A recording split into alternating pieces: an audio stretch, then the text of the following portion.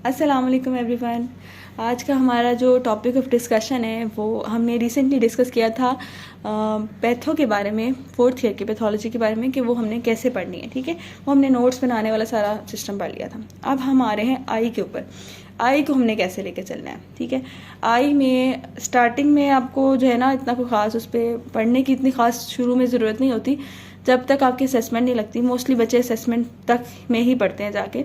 Lectures आप लोग सुने, अपनी तरफ से कोशिश करें। ठीक है, लेकिन ये कि मोस्टली बच्चे जो है ना वो उसको असेसमेंट में ही पढ़ते हैं। लेकिन जब भी आप पढ़ें, बेशक असेसमेंट में पढ़ें, बेशक आप आई को उतना टाइम नहीं लगता जितना पैथो को लगता है, लेकिन आई भी बहुत समझने वाली चीज़ होती है क्योंकि इसमें चीज़ें मिक्स बहुत होती है। मसला आई का ये नहीं कि आई मुश्किल नहीं है, लेकिन चीज़ें मिलती जुलती एक दूसरे से इतनी है, साइंस सिम्टम्स चीज़ों के इतने मिलते जुलते हैं कि आपको समझ नहीं आ रही थी। Painless loss of vision, painful loss of vision जो है वो, sudden loss of vision, rapid loss of vision और जो स्लो लॉस ऑफ विजन, मतलब इस तरह कर करके बहुत घुमाने वाले सिनेरियोज आते हैं।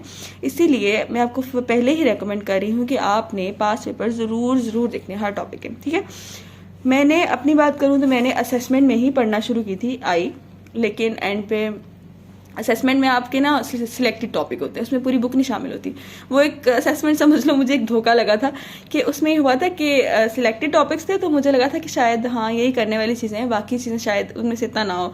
लेकिन जो चीज़ें असेसमेंट में शामिल नहीं थी वो भी एक्सट्रीमली इंपॉर्टेंट चीज़ें थी और जो बाद में बहुत तंग किया उन्होंने।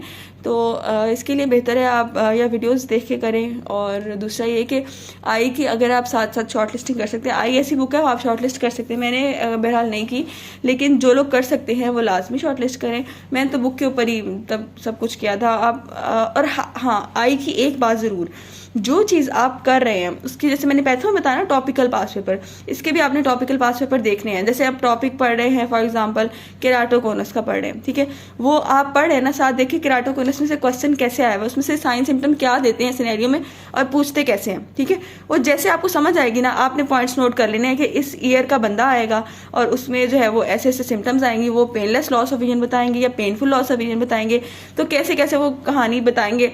अब फॉर एग्जाम्पल एक 2-3 बातें हैं जिसमें बहुत ज़्यादा कंफ्यूज करती हैं। एंटीरियर यूवियाइटिस है, उसके बाद एक हमारे पास एंडोफ्थेल्माइटिस, पैनऑफ्थेल्माइटिस और प्रीसेप्टल सेलुलाइटिस, ऑर्बिटल सेलुलाइटिस, इनकी सिम्टम्स इतनी मिलती जुलती हैं, समझ ही नहीं आता ना। तो फिर हमने आइडेंटिफाई कैसे करना होता है, डिफरेंट तरीके होते हैं आइडेंटिफाई करने के।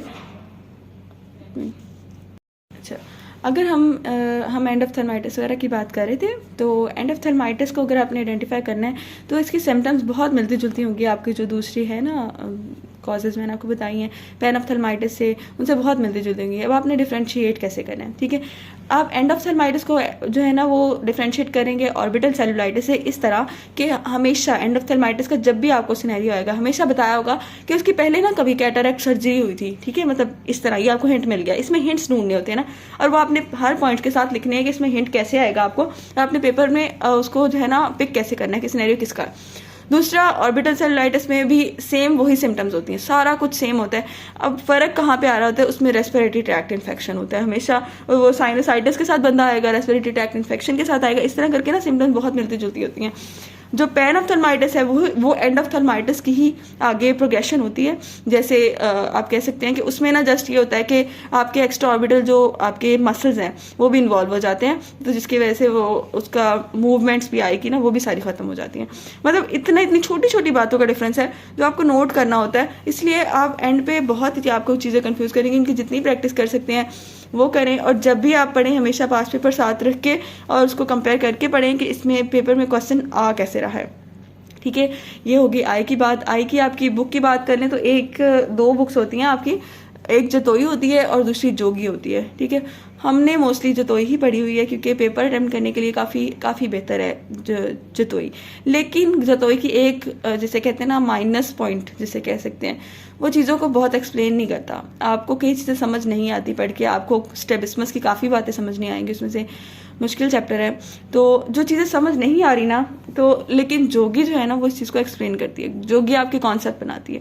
तो आप किसी को भी लेके चल सकते हैं। रेफरेंस बुक आपको याद करने के लिए चाहिए तो आप जतोई ही रखें। और कुछ चीज़ें हमने कुछ चीज़ें जोगी से की थी, लेकिन मेजर बुक अपनी जतोई ही रखी थी। हर जगह मोस्टली जतोई ही पढ़ी जाती है, लेकिन आप ज़रा कॉन्सेप्चुअल वाले बंदे, आप पढ़ के देख लें।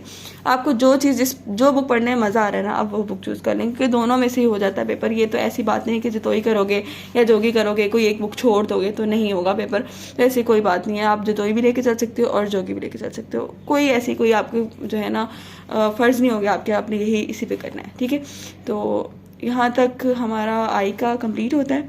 तो कोई भी आई में कोई प्रॉब्लम आए, आपको कुछ समझ नहीं आ रही है, तो आप मुझसे पूछ सकते हैं। आपको आई के बारे में कुछ पास पेपर्स वगैरह कुछ भी चाहिए हो, टॉपिकल पास पेपर्स, उसके पॉइंट्स, मैं आपको रेकमेंड करूँगी कि आप पॉइंट्स निकाल के लाजमी लिखें। बल्कि मेरे पास बने बनाए पॉइंट्स पड़े हैं, जिसको चाहिए हो you can contact me. Okay, thank you, अल्लाह हाफिज़।